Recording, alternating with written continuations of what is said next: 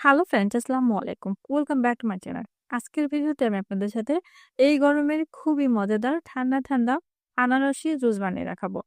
তো এর জন্য আমি এখানে সবার ১ম এ একটা আনারস নিয়ে নিয়েছি।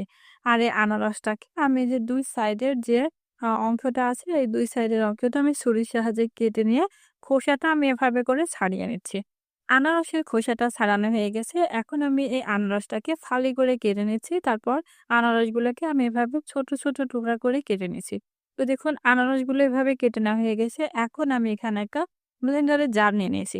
আর এই জারের ভিতরে আমি আগে থেকে কেটে রাখা আনারসের টুকরোগুলো দিয়ে দিচ্ছি। আর এর সাথে আমি এখন দিয়ে দিচ্ছি অর্ধেক পরিমাণ লেবু।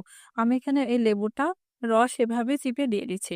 আর এর সাথে আমি এখানে দিয়ে দিচ্ছি ১০০ গ্রাম পরিমাণ চিনি। চিনির পরিমাণটা আপনারা বাড়িয়ে কমিয়ে নিতে পারেন।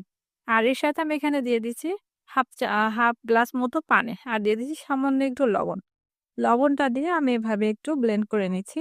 সব উপকরণ দিয়ে আমি এটাকে খুব ভালোভাবে কিছুক্ষণ ব্লেন্ড করে নিয়েছি। তারপর আমি এখানে যে গ্লাসে আনারসের জুসটা সার্ভ করব, সেই গ্লাসের ভিতরে আমি এখানে দিয়ে দিচ্ছি কিছু লেবু পাতা। আমি এখানে লেবু পাতাগুলো খুব পরিষ্কার করে ধুয়ে নিয়ে তারপর এখানে দিয়ে দিয়েছি। তারপর আমি এই গ্লাসের ভিতরে ব্লেন্ড করে রাখা আনারসের জুসটাকে এভাবে দিয়ে দিব। আপনারা চাইলে এখানে এই আনারসের জুসের ভিতরে বরফ কুচিটাও ইউজ করতে পারেন। তবে আমি এখানে বরফ কুচি ইউজ করে না, আমি বানিয়ে এটা সরাসরি ফ্রিজে রেখে দিয়েছিলাম। তো দেখুন খুব সহজেই কিন্তু আনারসের জুসটা বানিয়ে নেওয়া হয়ে গেল। আপনারাও কিন্তু বাসায় এভাবে আনারসের জুসটা বানিয়ে ইফতারিতে ট্রাই করে দেখতে পারেন। তো এই ছিল আমার আজকের ভিডিও। আশা করি আমার ভিডিওটা আপনাদের কাছে ভালো লেগেছে। আর আমার ভিডিওটা ভালো লাগলে অবশ্যই লাইক কমেন্ট করবেন আর আপনার ফ্রেন্ডস এন্ড ফ্যামিলি মেম্বারদের সাথে শেয়ার করে দেবেন। আর এরকম নতুন আরো ভিডিও পেতে আমার চ্যানেলটা সাবস্ক্রাইব করে আমার সাথেই থাকবেন। আজ এই পর্যন্ত। সবাই ভালো থাকবেন, সুস্থ থাকবেন আর আমার জন্য দোয়া করবেন। আল্লাহ হাফেজ।